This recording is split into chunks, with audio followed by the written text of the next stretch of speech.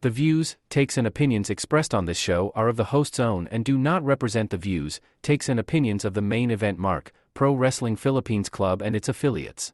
Material and sources mentioned in this episode is for general and commentary purposes only. This episode might include strong language and may not be suitable for children. Listener discretion is advised. Stay safe and stay wrestle everyone. Welcome to the Main Event Mark. Ayun. So, ayun na nga. Medyo may hiss ng konti yung audio ko. But, may apologies for that. I hope it will be fixed on the next couple of episodes. Pero sa ngayon, welcome to the main event. Mark. Sensya na guys, I have to adjust my voice kasi yung aking mic para siyang humihinga. At least maayos yung audio ko. That's why. But yun, may apologies for my husky voice today.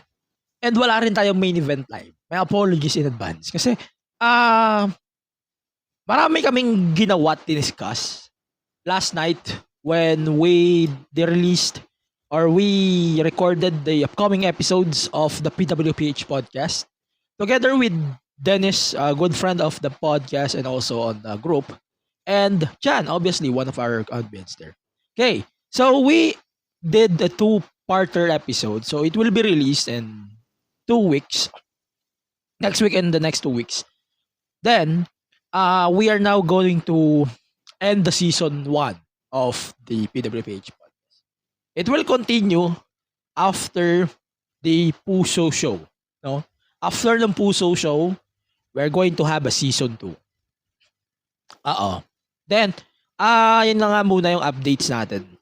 Sa ngayon, again, I hope you can support the podcast on all of the social media platforms at MEM Wrestling Pod. And also, our mother network right now, it's the PWPH. Again, you can follow and support Pro Wrestling Philippines Club on all of the social media platforms, Facebook and X, at Pro Wrestling Philippines Club. And PWPH sila. Sorry din. As of right now, medyo umuulan when I recorded the episode. So, medyo I need to calm down just a little bit. And not be too cocky. Pero yun nga, I hope you can follow and support the show, PWPH Podcast. And ayan, I want to give a shout out to Sir Gelson for the ticket noong nakaraang event sa Tagay na. That was a really good show. May apologies, hindi pa rin nagagawa ng review. Pero in the next 2 weeks, may review na tayo. Pero I'll decided to release it over on the PWPH podcast instead. Hindi na tayo magagawa ng review dito. For that. Pero dito pa din sa main event, I'll save the review sa Puso na. First Puso show. I'm still considering if I'm going to the FPW show. But I'm going to give you guys updates if I did. Pero today, let's talk about wrestling. So, wrestling na to dedicated. If you did not like the idea of me talking about wrestling here, then you should wait for Wednesday. We're going to drop the upcoming episode of the PWPH podcast. We are going to talk about part 2, basically, of our Coke episode. Together with Christian Anastasio and Dennis Acosta, one of our friends in the media community, and also the PWPH. So, please keep an eye on that episode as we're going to release that on all of our podcast platforms on Spotify and on the Main Event Mark YouTube channel. Sa ngayon, we're done with the plugs. Let's do our show today. So, today, on the main event headlines, muna tayo. Ito, Dynamite 250 was a huge success. Grabe, tumaas yung ratings. Yeah. Sobrang laki ng improvement ng Dynamite when it comes to the ratings. But good for them, right? Good for them that they are able to capitalize the ratings despite of this a lot of Donald Trump rallies that was televised on the television good for them that they're able to get 800 almost viewers on the show. Good thing. Good for them. And now, headline ulit natin. So, SmackDown and Raw as a whole are both dog shit. So, let's keep it that way. No? Raw this week was dog shit. SmackDown this week was dog shit. NXT on top. Slammiversary this weekend. We will talk about that later on another podcast episode. But for the meantime here, let's talk about the dog shit. Let's talk about dog shit shows. So let's start with Raw. Raw was a dog shit. I have to emphasize this because it's very important to emphasize that. Raw was dog shit. Rhea Ripley returned. Yes. On Raw. Yeah. And it's very obvious that it will possibly, when I say possibly, it might challenge or it might be challenged though by other shows in the next couple of weeks. But they're surviving 1,900 plus ratings. Good. I agree. But let's continue first with the show. I said what I said, no? Raw was dog shit this week. Raw was dog shit. SmackDown was dog shit. I agree. Because of how storytelling went out, yeah, that was superior. But in-ring wise, we were getting a limited shit. 3 hours of Raw, 59 minutes of wrestling. That's horrible shit. I mean, that's a standard. But I mean, that was too long. SmackDown, 3 matches. 3 matches. I mean, next week's SmackDown, based on what we got on the results, are parehas ding 3 hours. And that was horrible shit, bro. Ito yung problema ko with the current WWE storylines. Yes, I love how they're building the stories right in and there. I love it. They are the superior company when it comes to storytelling. But when it comes to in-ring, hindi siya mag-capitalize. When it comes to that, ayoko maging offensive, pero kinakain sila ng AEW ng buhay when it comes to wrestling side. I mean, AEW is the opposite. AEW is the opposite of this dog shit. That they don't have wrestling, but they have a really good quality of segments this week.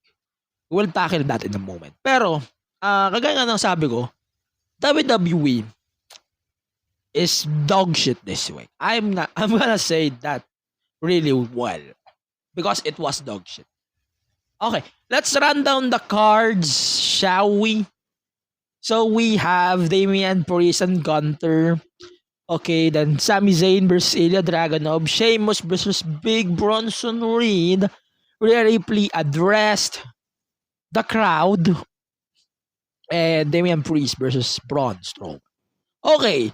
Rhea Ripley kicked off Raw, went away, and she said that, ayun, so she apologized first that she's sorry that siya ay wala for a while. Then we just have Dom. Dom, then Liv Morgan appeared on the screen. Then doing her best to taunt Rhea, and she apologized as well. Pero okay, so Rhea Ripley challenged Liv to a match at SummerSlam. And Morgan surprisingly accepted the challenge. Okay, that's good. The segment ended with Rhea saying that she's going to end Liv Morgan's career. Then, hindi niya pinansin si Dom.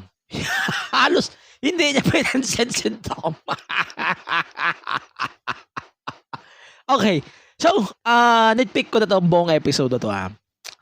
This Raw is clearly trying to long build the priority for this match or dispute between the Judgment Day. They are clearly teasing up a split up soon. And masosorpresa ba ako? Hindi. Because the split up is being built up really well. So that's why I am really impressed on the idea of the storyline, no? Then we are having Dom. Yeah. I agree din naman. Pasensya na on my constant obo there. Pero si Dom nga nagiging top story. I agree din naman. He deserves to be on the top situation and the top problem of Raw this week. So that's good. Pero to consider things in a different perspective, this is just dumb shit. Okay. So Michael Cole revealed on the commentary that the return had 50 million views around social media. But no. But okay. So Rey Mysterio is the Dominic Mysterio. Hindi na talaga ako sure sa status nito ni Dom.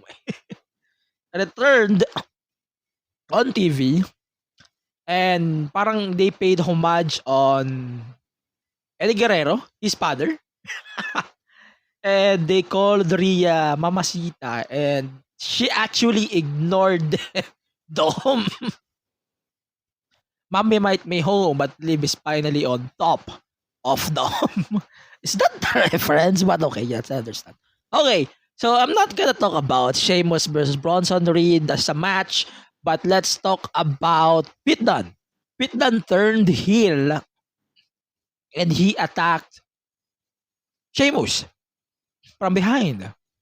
And then, a story nito, it was explained that I attacked him because parang may nakalimutan si Sheamus on their past. And yung split up din naman ng Brawling Brutes wasn't that clean. No? Si Ridge Holland is now on NXT, is now doing his own shit with Chase U. It's fine. But, yeah, ayun, let's continue with that for now. Pero yun, that was a strong piece of what we are getting with Pete Dunne and Sheamus down the line. Thing was strong. The match was strong as a whole, but I don't really get what we have to get. But regardless, that was a strong segment to begin with. And putang ina, I have to say this. God fucking damn it. We don't need another Red Devil moment. Red Devil, come on, man. You should remix that fucking Written in the Face instead. Your songs are shit. Just straight up. The songs are shit. Every song that Red Devil is doing right now is just shit at this point.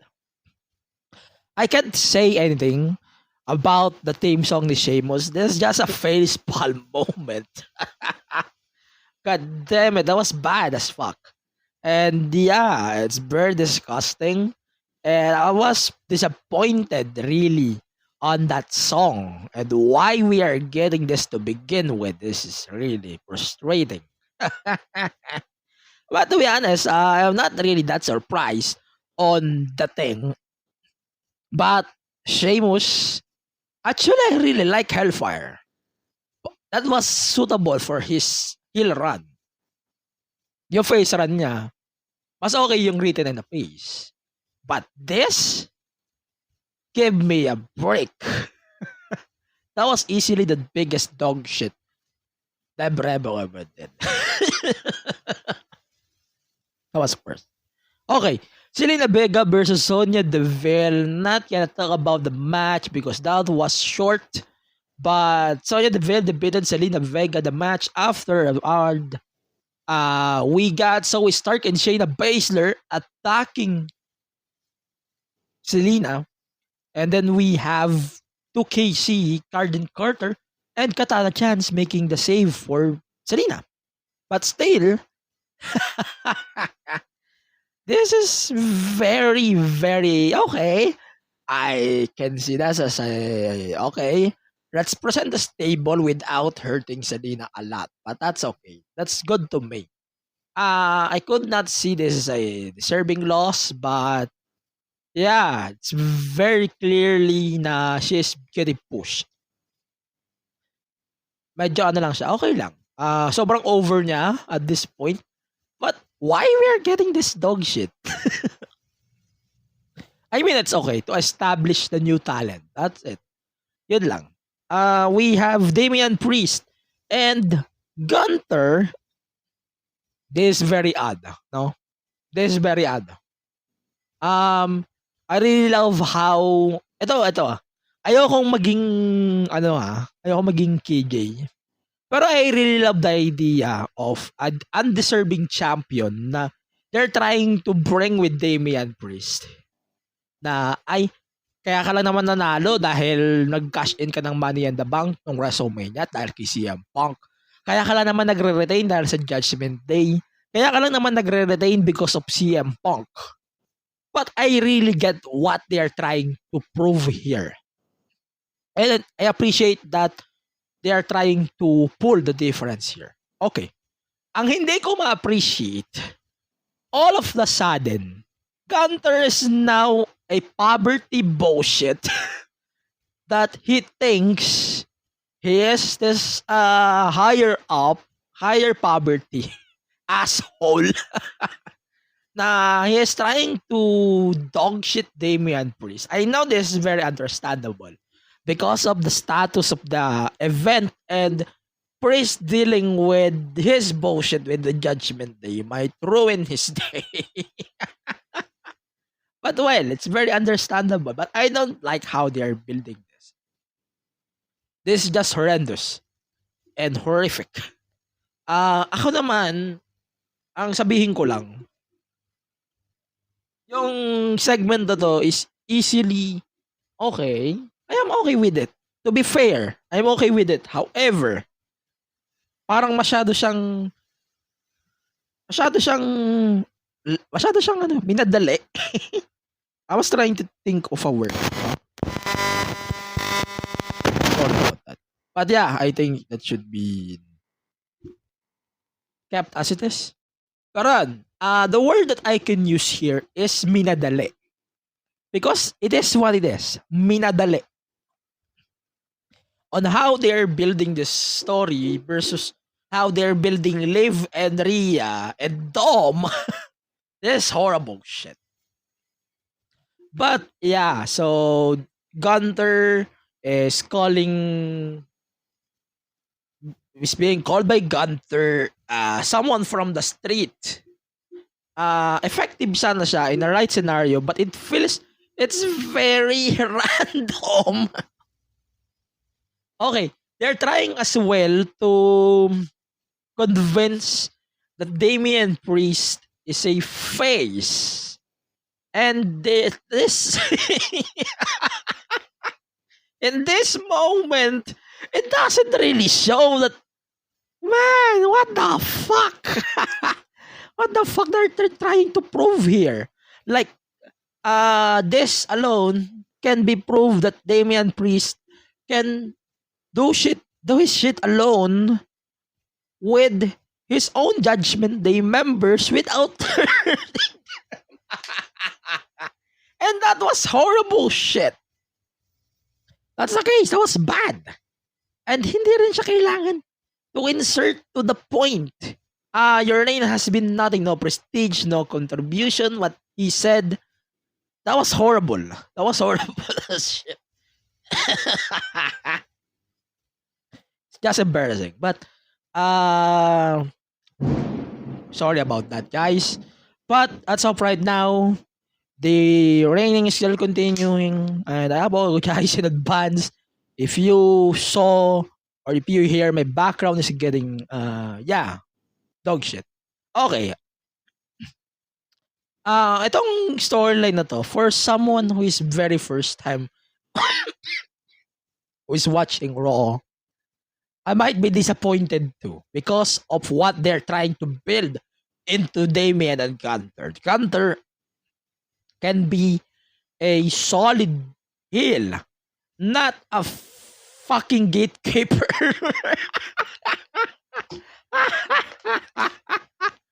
Lumalabas dito is a fucking gatekeeper.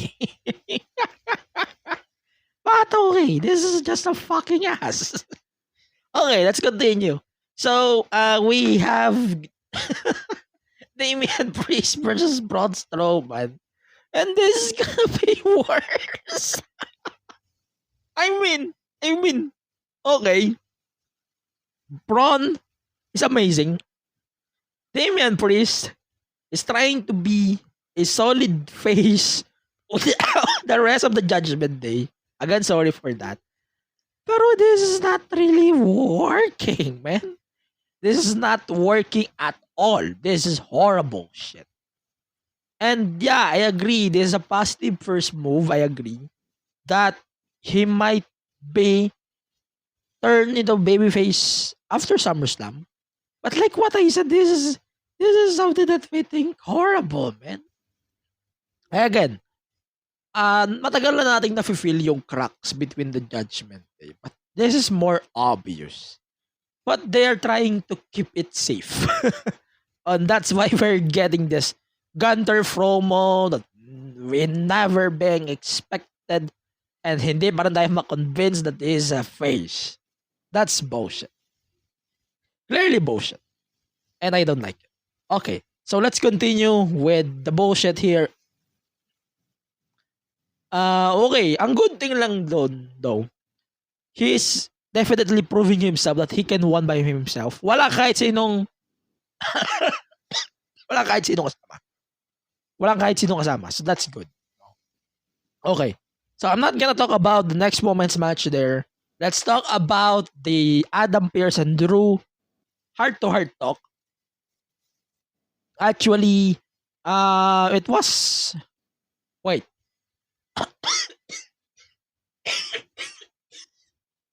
Yun, sorry about that.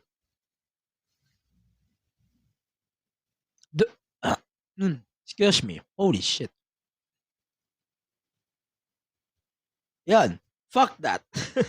Okay, so Drew McIntyre is forcing Adam Pearce to remove or to revoke his suspension, and Adam Pearce actually refused to do that, and the suspension is still in effect.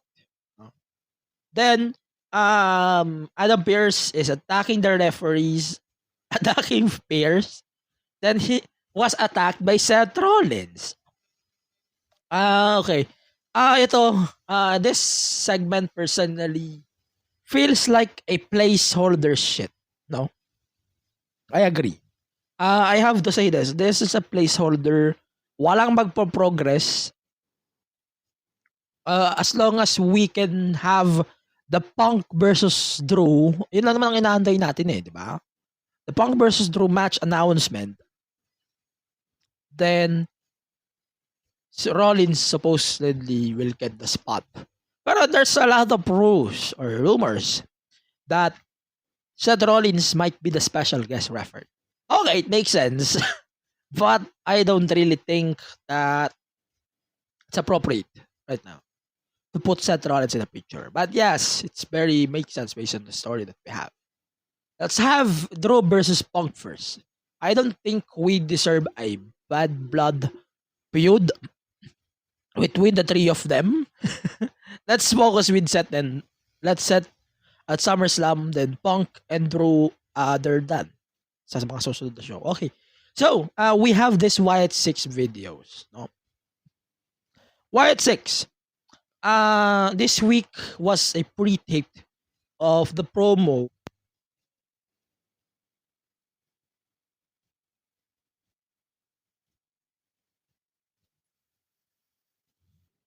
Ayun. Thank God.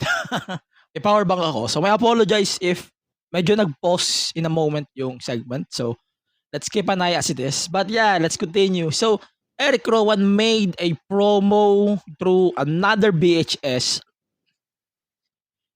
it's being focused on Eric Rowan, so that's good. No? Eric Rowan expressed raw emotion as he discussed the loss of both Brody Lee and Bray Wyatt, without naming them, and the promise that the Wyatt Six would use their broken hearts to create beautiful art. Yeah. So, yeah, I'm not gonna talk about this. Let's observe lang instead. Okay. So, let's continue with Jey Uso versus Dom. That is another unnecessary match of the day. But yeah, I get this. It's more on a obvious tease that Dom is no longer Rhea's lover and it's Jey Uso now. So, it is what it is. Then, Jey Uso defeated Dom. Sure. Then, parang ano siya parang iba yung vibe. Parang iba din kasi yung impact niya ngayon. Pero Jey Uso might be a factor on this current storyline. And I can assure you that. Kasi i-introduce din naman siya pabalik doon sa Bloodline storyline.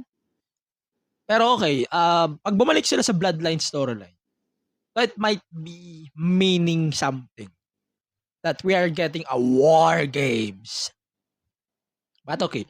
And I agree then that the Guerrero China vibes it's very obvious na at this point. Yeah. Then we have Chad Gable calling out Bo Dallas. That's the biggest mistake of your life, bitch. And for someone like Chad Gable, I can say that you fucked up. Then, in fairness naman with Bo Dallas, he appeared for the first time as someone who is not, it's very normal. Normal lang, casual appearance, okay. Then, it was attacked by the Creeds. Then, yun na nga, yung official partnership nila. Then, yun, then now we're having Wyatt Six. Okay, so that's good. We're now having the Wyatt Six story being worked out really well. Then, we might have a 6-man tag for SummerSlam. That's good. Then, parang it has to be, parang kailangan natin isemento yung face turn or yung turn. Oh, ewan ko, para bang turn? Kung tawagin, di siya turn it's not a turn, but it's more on a reintroduction, no, ng Wyatt Six. But, okay, let's talk about the important part. So, Gable and the Creeds gave the Wyatts the most likely chance of getting a quality match. And I can assure you that. And that shows how amazing Chad and Bo Dallas are actually can be. I'm really glad that they're using Bo Dallas and Uncle Howdy in a different setting, which is good, no? Which is good. We're getting a different setting for both of them, and we could not see the difference between both of them. I agree. And that's amazing. Okay, so we have Ilya Dragunov versus Sami Zayn for the Intercontinental title. Obviously, this match ends by a no contest. So basically, this match is dog shit. Everything what happened on Raw is dog shit except for one thing. They are driving stories here. Clearly, no? They are clearly driving the storylines, which is good. And we are trying as well to get what we wanted. To see a Braun Breaker win. And that will be amazing. That I cannot wait to see that. Sami and Dragunov, though, they beat the living hell out of each other. And they earned their shot, man. And to protect both of them well, it makes sense. Pero okay, let's watch this instead. I know this a dog shit show, but I think this match in general saved the whole thing. Wala nang iba. Wala nang iba, I can say. Sorry. This whole Raw is dog shit. Walang makakakontra doon. The whole Raw is dog shit. This whole thing was dog shit. I cannot say words more than dog shit here. But this is how I can compare the show as. The show was dog shit. But yeah, I agree. Dragonov is definitely one of the physical guys in the ring right now. Hell, gave me Josh Alexander versus Ilya Dragunov here. Give me Zack Sabre Jr. versus Ilya Dragunov again. And I'm gonna watch it and be pleased. That was amazing. I swear to God, this is gonna be good. Overall, I can say this is very obvious that they're quickly building up the whole thing here. But I can say this more driven when it comes to storylines. But, okay, mas madali siyang i-digest kasi nga, storylines are needs or they need to be driven really well. And I can agree on that. If you are looking for wrestling, this is not the show that you wanted to. That's why I am saying this is dog shit. But, storyline wise, there's the superiors and no one can touch them. Except if you are TNA. TNA is building up amazing storylines with NXT 2. So, I can say that. Yeah, malaki yung focus nila for this show. It's very clear. But, like what I said, di naman perfect, sure. But, I can say that this is easily the worst show under the Triple H era. Sorry, I have to cough. Okay, SmackDown, let's talk about this real quick. Cody opened the show. And, yeah, he said that he was meant to talk about business. Terence Crawford is in the ring. Then, Grayson Waller and Austin Theory appeared. And they blamed Cody for Jacob Fatu hurting them last week. Then, Cody fucked them up. Then, in-endorse ni Crawford si Cody with a steel chair. And that was it. I'm good with this. They're showing that Cody is actually an aggressive guy here. It really shows, no, that he can be this amazing champion, and he is actually an amazing champion. It is, and it's a really good presentation that it should be shown on the television, not to be a ass champion like what they're treating on Swerve. They're clearly treating Swerve as a second-rated champion right now. And I can confidently say that. No? But yeah, let's continue. Andrade versus Carmelo Hayes, the guys who stole the show on the Money in the Bank. And yeah, pareha silang solid during the Money in the Bank. And ang compliment ko lang, medyo medyo compliment lang sa akin. I really love their chemistry. They're amazing as fuck. But other than that, I think this match was banger. I can say this is easily the match of the night. The rest of the match are dog shit. Yun. Yeah, so Andrade is the speed champion in case you missed it. So, hindi siya pwedeng magdala ng belt because of some reasons. That's odd too. Bianca Belair versus Chelsea Green. Okay, that was quick. I'm not gonna talk about everything what happened in the match. That's horrible. But yeah, we're getting the rematch between Isla Dawn and Alba Fire versus the team of Jade Cargill and Bianca Belair. Si Chelsea Green naman at saka si Piper Niven, I can assure you their booking is just amazing at this point. Sobrang quality na booking nila. Solid. Tiffany Stratton versus Minchen. This is an amazing match that we don't need to talk about the match itself. Logan Paul and Knight first. Let's continue with that. So, they made the match official. Okay. They made the match official. And Yeah, he is attacking LA Knight there, but he cowardly out. Music video was played for Tiffany Stratton. It's more than a propaganda video. Okay. Then she competed next over Minchen. Good. Then okay, I'm not gonna talk about the match itself, but this is really not my taste of tea. I love Tiffany Stratton. I love Menchen.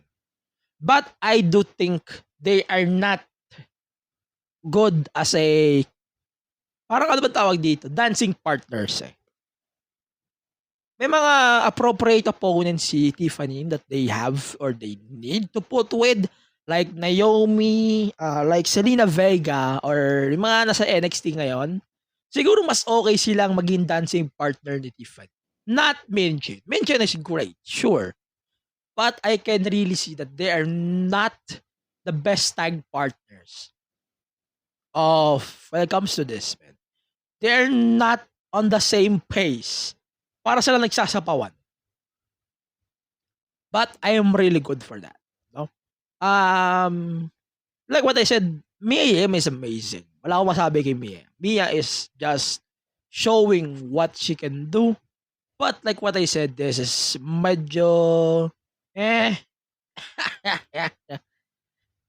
it's just no, I can't do this anymore. Yan lang.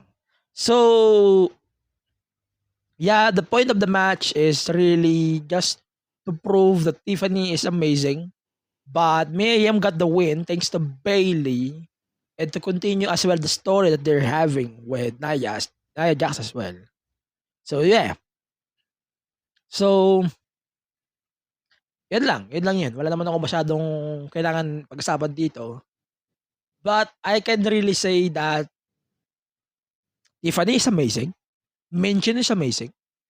Her role as Miss Money in the Bank is amazing. And yes, we need a briefcase for Miss Tiffany Stratton. Main event, A Down Down Under versus Cody Rhodes and Kevin Owens. Good for WWE that her mother kicked out of her what happened on her. So that's good. Let's continue with the wrestling. I'm not gonna talk about the wrestling thing. No?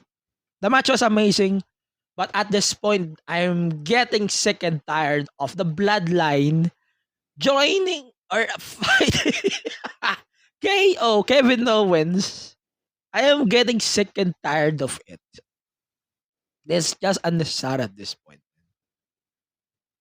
But yeah, the recovery was good. Congratulations, by the way. But other than that, medyo ba tawag dito? Oh my God.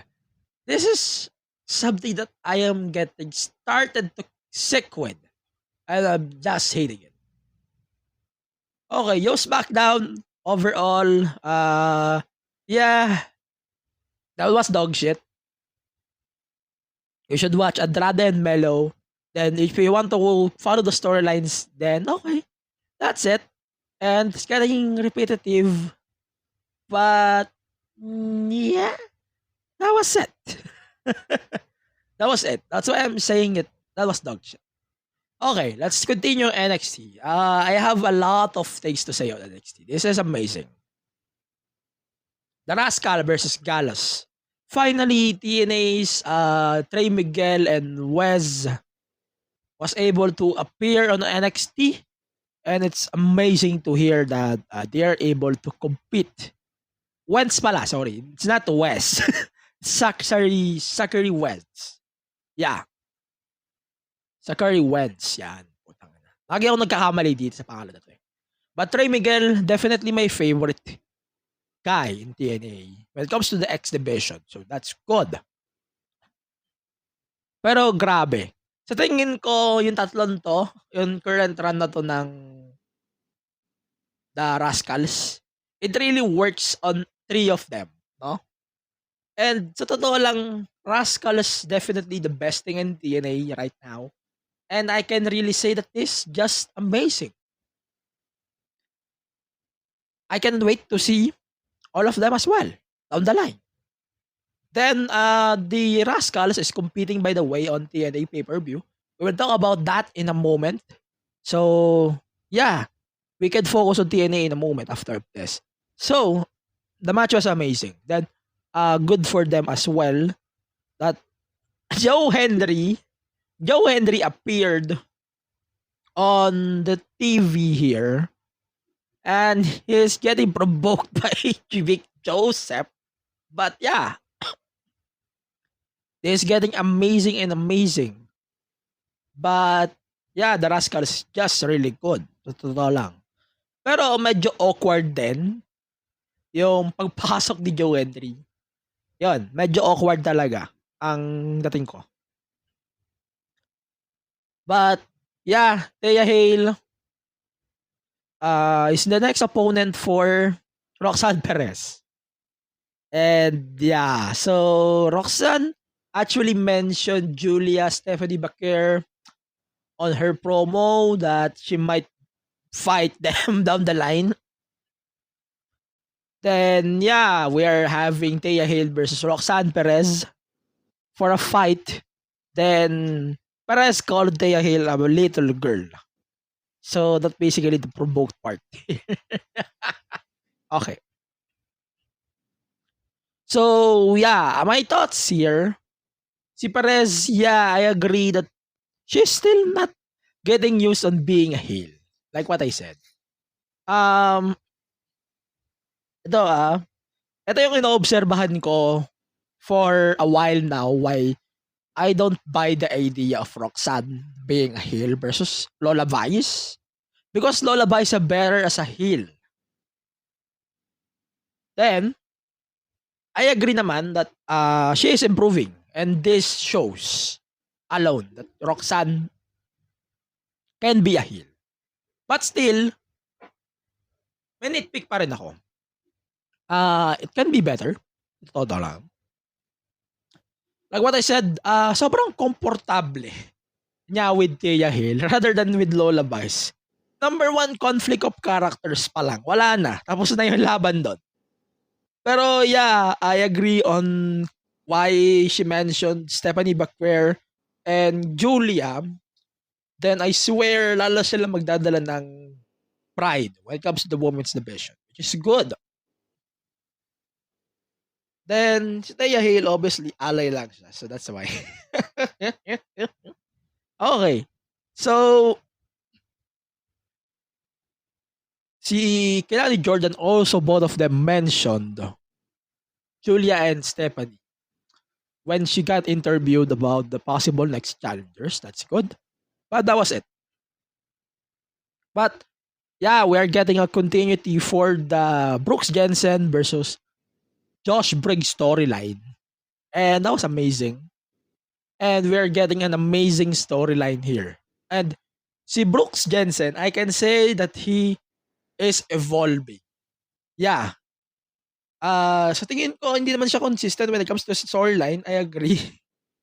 Hindi naman siya yung pinaka-best heel. But yeah, it really makes sense. Also, we are getting teased a stable or a tag team between Sean Spears and Brooks Jensen. And I agree this can improve him more, no? And yeah, it might include a solid push then down the line for both of them. So that's good. Si Javon Evans, as usual, is amazing. And yeah, nothing more, nothing less. Okay, so we have NXT champion Ethan Page versus Dante Chen. Then we have to write off the storyline with Josh Briggs kasi magko-compete siya sa Noah sa N1 Victory Tournament with Tavion Heights. So yeah, next week might be his write-off on the event. That's it. Okay, so Ethan Page versus Dante Chen. He got a match for the NXT title finally. But that was it. That was it. Yun lang. Parang medyo that was a very better showcase ni Dante Chen rather than all of the matches with Lexus King. And I'm really glad that Chen is moving more better than this. I agree. But this is amazing. Then this really shows actually that he is amazing as champion. But di pa naman siya umabot sa point na Melo or Ilya or Adam Cole, baby. But he is amazing right now as champion. Marami pa pwede mangyari with NXT. So yeah. Then,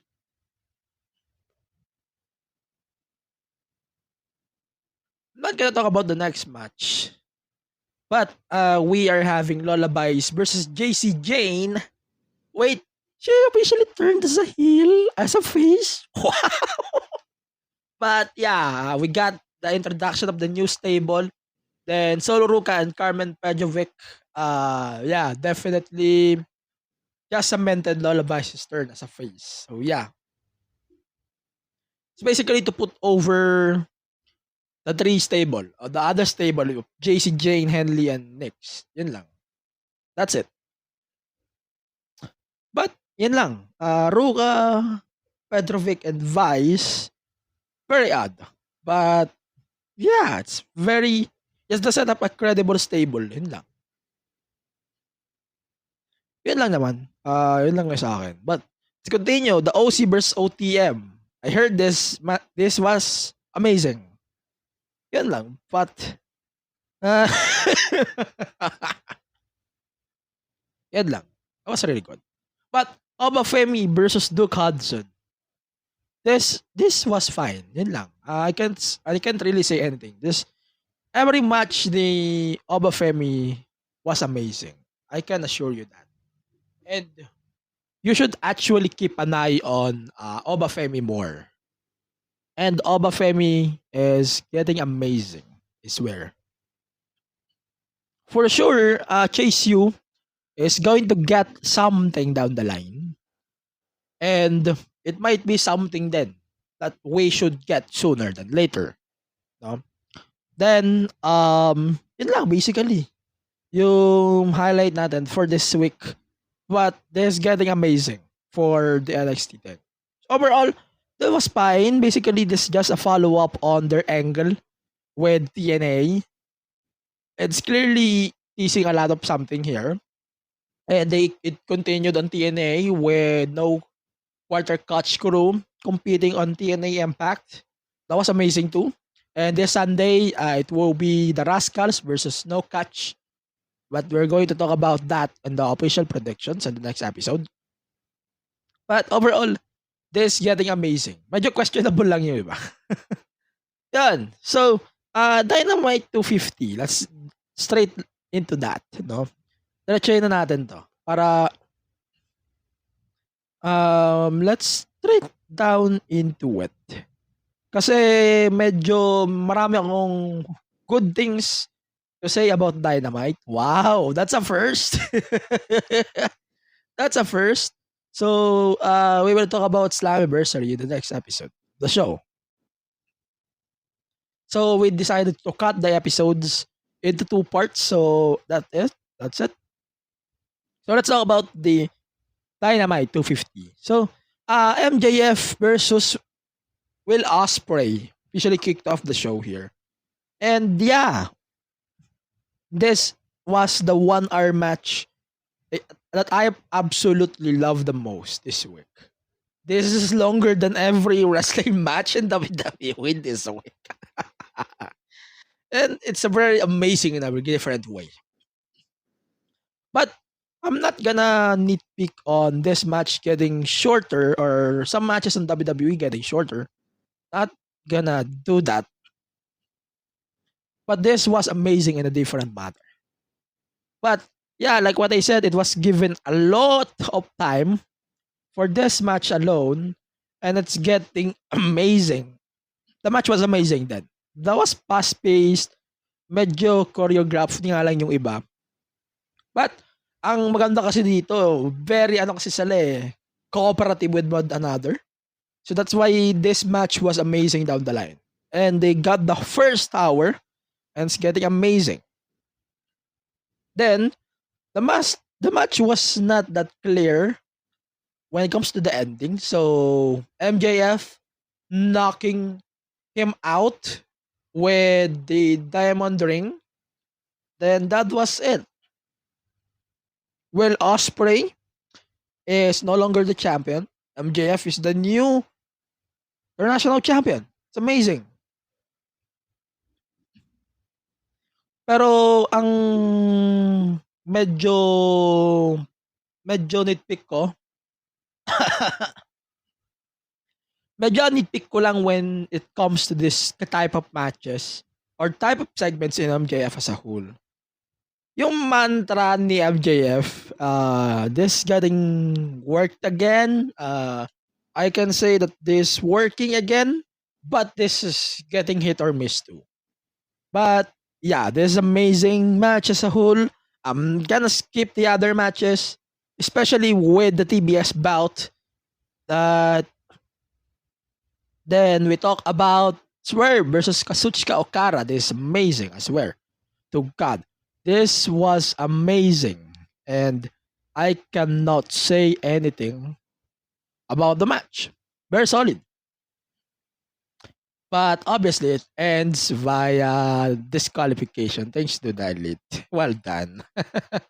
Yeah, that was because they're building a story here, which is great. Then we have another TB time. Another TB time. Again, that's another TB time.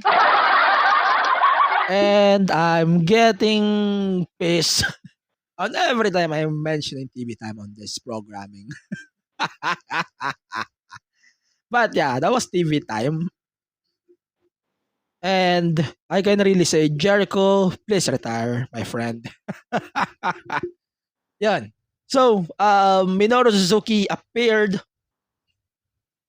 Then he headbutt Jericho.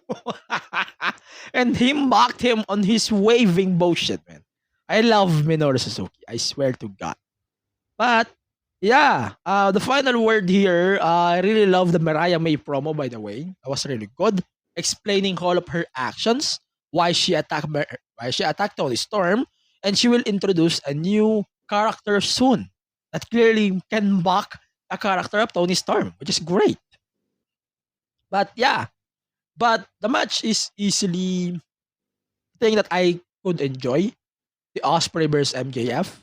Again, not everyone will enjoy 1-hour matches, that's for sure. But it's a good thing na 250 episodes na yon Dynamite. So that's a good thing. Good. But yeah, obviously everyone will talk about MJF versus Osprey, which is that goddamn great. And that was a really good match in a way. But okay, let's talk about local real quick here. So we have some announcements for our local wrestling scene. So Uso Wrestling just announced the final matches for the tournament.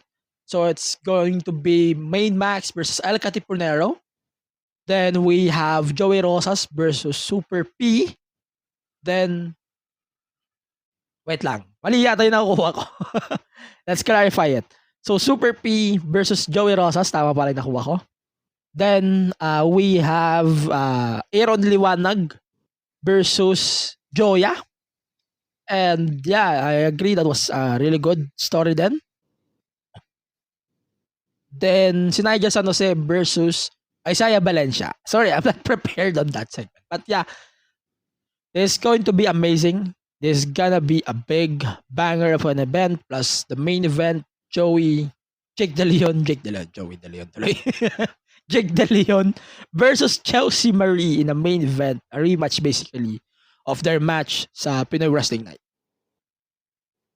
Then, we have a Battle Royale to celebrate the life as well of our friend, the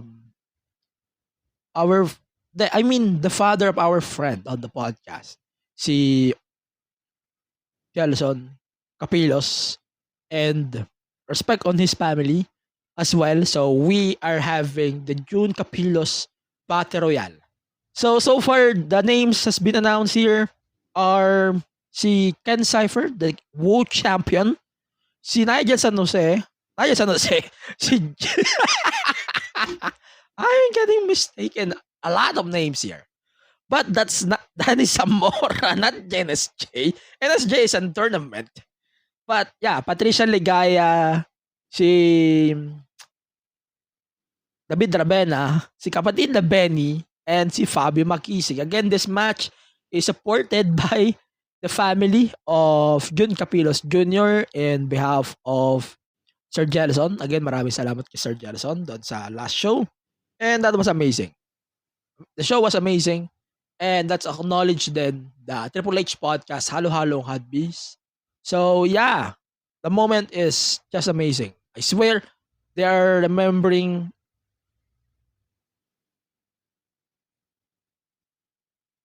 ayun, I mean, that was amazing as a whole. Parang, we are getting a lot of good things when it comes to Puso, and I heard that this might be the best show of the year. So, that's good. FPW as Tig. Again, we are having the return of Frederick Mahaba or Red Olero sa Shring. Sa Shing tuloy. But yeah, Red Olero is returning to the ring on September 13. Or 13 ba? 15. I think it's 15. Sa Bake Studios in Makati City. So it's Unfinished Business, FPW. So they have their shows aired on Top Sports and Blast TV. So that's good. Then, yeah, we are having the Team Mike Madrigal versus Team Red in a 5-on-5 elimination match.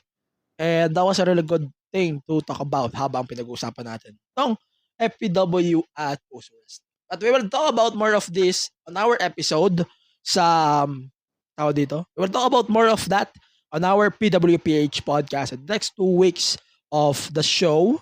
And I have to cap off the episode for now. I hope you can follow and support the show on all of the social media platforms, Facebook, X, Instagram, TikTok, and Twitch at MEM Wrestling Pod. I hope you can support all of our contributions and wrestling right now on Facebook and X at PWPH Select.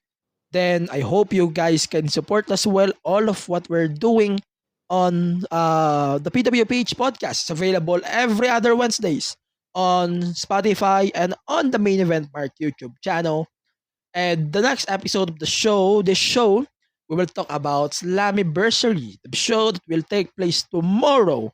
And yeah, for the meantime here on this episode, stay safe and stay wrestle. See ya on the next one on the podcast.